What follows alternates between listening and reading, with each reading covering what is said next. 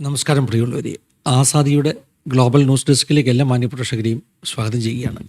Pop Leo 14 മാപ്പ് പറഞ്ഞിരിക്കുന്നു.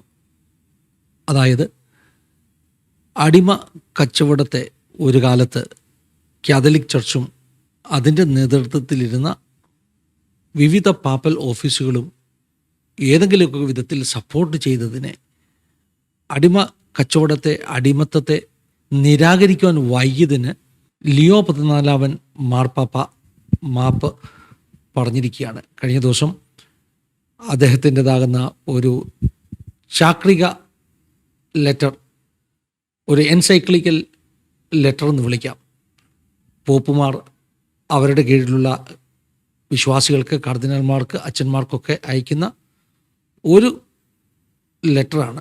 ആ ലെറ്ററിൽ ഈ വിഷയങ്ങൾ പറഞ്ഞ്, അതായത് ആധുനിക കാലത്തുള്ള സ്റ്റാൻഡേർഡുകൾ വെച്ച് നോക്കുമ്പോൾ മനുഷ്യത്വത്തിന് കൊടുക്കേണ്ട വില കൊടുക്കുവാൻ ഒരു കാലത്ത് കഴിഞ്ഞില്ല.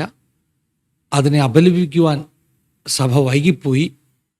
അതിന് താൻ ഖേദമുള്ളവനാണെന്നുള്ള വിധത്തിൽ ലിയോ 14 ഖേദം രേഖപ്പെടുത്തുന്നത് കാണുവാനിടയായി തീർന്നു. മാഗ്നിഫിസൻറ്റ് ഹ്യൂമാനിറ്റി എന്ന് പറയുന്ന ചാക്രിക ലേഖനത്തിലാണ് ലിയോ 14 ഈ വരികൾ കുറിച്ചു വെച്ചത്. ലിയോ 14 സംബന്ധിച്ചിടത്തോളം അദ്ദേഹം തൻ്റെ പാപ്പൽ ഓഫീസിൽ വന്ന ശേഷം എടുത്ത പല നിലപാടുകളും തൻ്റെ പ്രസ്താവനകളും വളരെ വിപ്ലവകരമായിരുന്നു. അതിൽ വളരെ പ്രധാനപ്പെട്ട ഒന്നാണ്, മറിയം സഹമധ്യസ്ഥയാണോ എന്ന ചോദ്യത്തിന് ഉത്തരമായി അദ്ദേഹം പുറത്തിറക്കിയ, അല്ലെങ്കിൽ ഹോളി സീ പുറത്തിറക്കിയ ചില ഡോക്യുമെൻറ്റ്സ്. ലിയോ 14 പിന്നീട് ഈ ഇറാൻ ഇസ്രയേൽ യുദ്ധത്തെക്കുറിച്ചൊക്കെ എടുത്ത നിലപാടുകളും ലോകം മുഴുവൻ ചർച്ച ചെയ്തതാണ്. യുദ്ധത്തിന് വിരുദ്ധമായിട്ടുള്ള അദ്ദേഹത്തിൻ്റെ നിലപാടുകളെ ട്രംപ് ഒത്തിരി ശക്തമായിട്ട് അപലപിക്കുകയൊക്കെ ചെയ്തു. എന്നാൽ ആ സമയത്തും പാഠഭേദത്തിൻ്റെ ഒരു പാഠത്തിൽ യുദ്ധം ഒരിക്കലും നല്ലതല്ല, ക്രിസ്തീയ വിശ്വാസത്തിന് ഒരിക്കലും യുദ്ധത്തെ പ്രോത്സാഹിപ്പിക്കുവാൻ കഴിയില്ല, യുദ്ധക്കൊതി പൈശാചികമാണ് എന്നൊരു നിലപാട് ഞാൻ പങ്കുവച്ചത് ഓർക്കുന്നു. കഴിഞ്ഞ ഒരു ദിവസം ഞങ്ങളുടെ ചർച്ചിൻ്റെ ഒരു മീറ്റിങ്ങിൽ യുദ്ധം ഇൻസ്റ്റിഗേറ്റ് ചെയ്യുന്നത് അത് പൈശാചികമാകുന്ന ശക്തികളാണ്, യുദ്ധകൊതിയന്മാർ ശരിക്കും അന്ധകാരത്തിൻ്റെ ശക്തിയുടെ കൺട്രോളിൽ ഉള്ളവരാണെന്നൊക്കെ ഞാൻ പറയുവാനിടയായി തീർന്നു. എന്താണെങ്കിലും പോപ്പ് ലിയോ 14 നിലപാടുകൾ ലോകം മുഴുവൻ ശ്രദ്ധയോടുകൂടെ കേട്ടുകൊണ്ടിരിക്കുകയാണ്.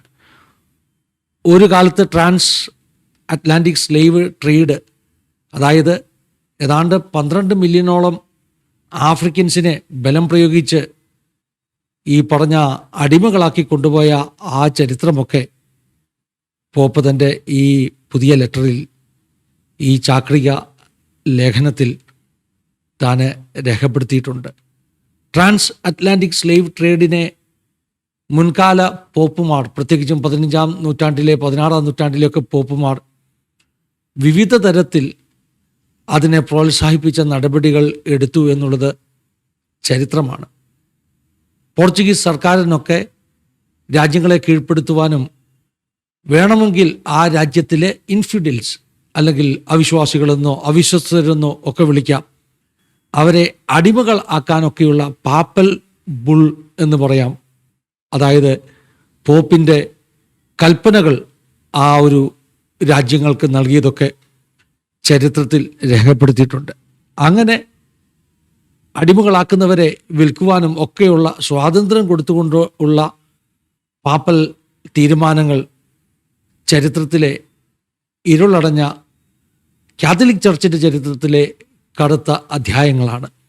അവയെല്ലാം ഓർത്തുകൊണ്ട് സഭ ഇത്തരത്തിലുള്ള ഇൻഹ്യൂമൻ നടപടികൾക്ക് ഒരു കാലത്ത് സഹകരിച്ചതോ അല്ലെങ്കിൽ അതിനെ എതിർക്കുവാൻ കഴിയാതിരുന്നതോ തെറ്റായിപ്പോയി എന്നുള്ള തൻ്റെ ഖേദപ്രകടനമായി പോപ്പ് ലിയോ 14 മുമ്പിലേക്ക് വന്നിരിക്കുന്നു. അദ്ദേഹത്തിൻ്റെ ചാക്രിക ലേഖനത്തിൽ അദ്ദേഹം പറയുന്നത്, ലിയോ 13 പോപ്പ്, തൻ്റെ തന്നെ പേരുള്ള പഴയ പോപ്പ്, 19-ാം നൂറ്റാണ്ടിൽ അദ്ദേഹമാണ് ആദ്യമായിട്ട് അടിമത്തത്തിനെതിരെ സംസാരിച്ച കാതലിക് പോപ്പ്. പക്ഷേ ആ സമയത്തിന് മുമ്പ് തന്നെ പോപ്പ് ആ പ്രസ്താവനകൾ, ലിയോ 13 ആ പ്രസ്താവനകൾ നടത്തുന്നതിന് മുമ്പ് തന്നെ ലോകത്തിൽ പല രാജ്യങ്ങളും അടിമത്തം നിരോധിച്ചിരുന്നു. അതുകൊണ്ട് തന്നെ വൈകിയാണ് അത്തരമൊരു പ്രസ്താവന പുറത്തു വന്നതെന്നുള്ള അഭിപ്രായമാണ് ലിയോ 14 ഉള്ളത്. എന്താണെങ്കിലും ശുഭസൂചനയാണ് കാതലിക് ചർച്ച് പോലെയുള്ള ഒരു ചർച്ചിൻ്റെ തലപ്പത്തിരിക്കുന്ന പോപ്പ് ലിയോ 14 ഇത്തരത്തിലുള്ള തുറന്ന സമ്മതങ്ങൾ നടത്തുന്നത്. ഇവിടെ നാം ഒരു കാര്യം മനസ്സിലാക്കണം. പോപ്പ് ലിയോ 14 പറയുന്നത് ആധുനിക കാലത്തിൻ്റെ സ്റ്റാൻഡേർഡുകൾ അനുസരിച്ച് ഒരുപക്ഷെ സഭയുടെ പഴയ ചെയ്തികൾ തെറ്റാണെന്ന് നമുക്ക് തോന്നാം എന്ന അർത്ഥമാണ്. അത്ര തുടർന്ന് സമ്മതിക്കുവാൻ കഴിയുന്നില്ല. പഴയകാല ചെയ്തിവനകൾ തെറ്റായിരുന്നു, ഇന്നത്തെ സ്റ്റാൻഡേർഡ് മാറിയതുകൊണ്ടാണ് ആളുകൾക്ക് അങ്ങനെ തോന്നുന്നത് എന്ന ഒരു ധ്വനി ആ വാക്കുകളിലുണ്ട്. എന്നാൽ എനിക്ക് പറയാനുള്ളത്, 1-ാം നൂറ്റാണ്ട് മുതൽ സഭ ഇത്തരത്തിലുള്ള അടിമത്തങ്ങൾക്കും മനുഷ്യനെ ഡിസ്ക്രിമിനേറ്റ് ചെയ്യുന്നതിനും ഒക്കെ എതിരായിരുന്നു.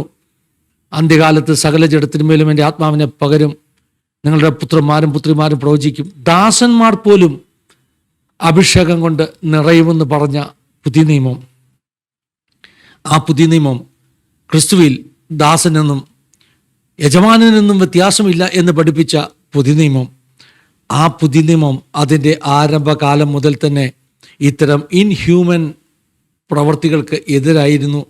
പക്ഷേ കാലത്തിൻ്റെ കടന്നുപോക്കിൽ പിന്നെ എപ്പോഴോ കാതലിക് ചർച്ചിന് ആദ്യ നൂറ്റാണ്ടിലെ ആ ആശയങ്ങളിൽ നിൽക്കുവാൻ കഴിഞ്ഞില്ല എന്നുള്ളതാണ് സത്യം. അത്തരമൊരു തുറന്നു പറച്ചിൽ കൂടെ നടത്തിയിരുന്നുവെങ്കിൽ അത് എത്ര ഉദാത്തമാകുമായിരുന്നു എന്ന ചിന്ത പങ്കുവെച്ചുകൊണ്ട് ഈ ന്യൂസ് ബുള്ളറ്റിൻ ഇവിടെ അവസാനിപ്പിക്കുകയാണ്. ദൈവം എല്ലാവരെയും സഹായിക്കട്ടെ, അനുഗ്രഹിക്കട്ടെ. God bless you all. Have A wonderful time.